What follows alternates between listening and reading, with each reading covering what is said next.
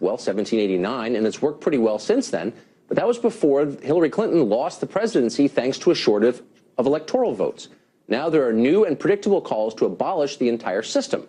Leading this particular charge is outgoing New York Democratic Congressman Charlie Rangel of Harlem, who's been there for more than 30 years. He's introduced the House version of a bill to do away with the Electoral College. Congressman Rangel, thanks a lot for joining us tonight. Congratulations on your new show, Carlson. Oh, thank you, Mr. Rangel. So would you be introducing this legislation if Hillary won?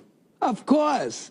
I've always had. As a matter of fact, the legislation is the opposite of what would benefit Hillary Clinton, because it was put into place, and I'm certain you know it, it was put into place to control the popular vote and to superimpose a group of people to prevent demagogues from hoodwinking the American people.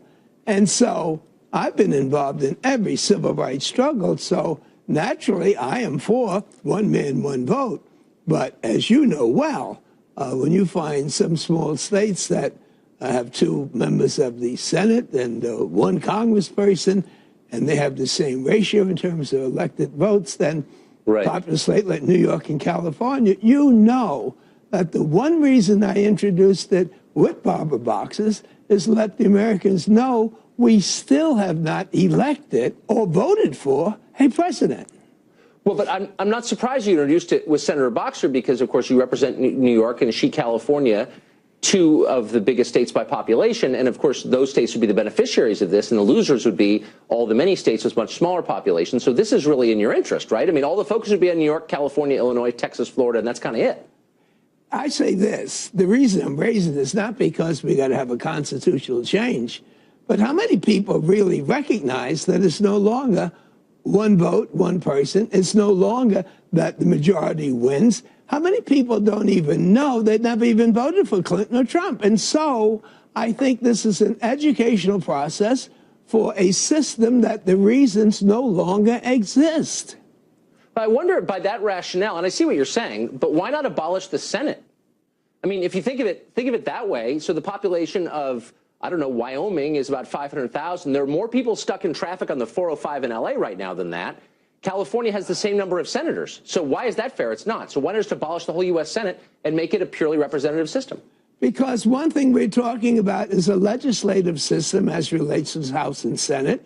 I know it's a rhetorical question, and the reason we give 2 senators to Maine and 2 senators to California and New York is to bring about a sense of balance. Here we are talking about the United States of America. The Electoral College vote really is there right now to make a decision that the American people haven't made. My primary purpose in doing this is to let people know that on January the 6th of next year, it's the first time we will be electing a president of the United States. On December the 19th, it's the first time the Electoral College will be voting. And the last time we voted on November the 8th, we only voted for electors. Now, whether or not you believe that people shouldn't know this, that's what I'm doing this. My wife asked me, why are you doing it? I said, because you don't even know that you never voted for Hillary. Well, you're a very selfless man. But, you know, the surprising thing is, if you read the Federalist and you read what Alexander Hamilton said, the need for the Electoral College vote, he says, is to avoid demagogues from sucking the American people, being phony and fraudulent, and appealing to groups that are not in the best interest of the United States of America. That's right. Then I looked and I saw what Mitt Romney said. I said, holy mackerel. There must have been a good reason after all. But wait, I mean, very quickly, the other reason, though, of course, is to make sure that there's some geographic equity. So your district, for example, has gotten much more affluent in the past 20 years, in part because of federal largesse. Huge parts of the country, in the middle of the country, are withering and dying, and you would take political power from them. Places that are already poor and ignored. Why is that a good thing? That is just not so. What has happened, unfortunately, because of reapportionment, because of censoring counts, states like California, New York, nobody campaigns in our state. States like Texas that they know are red or no, was thought to be red. And so the candidates for president of the United States, they know that Democratic states that traditionally vote Democrat, they don't even go there. The same thing with Republicans, they go to the red states. And so you find the battleground states, the smaller states, the rural states, are where the campaign really begins. I'm not saying all of this is wrong. I'm just saying 98% of the American people have no clue.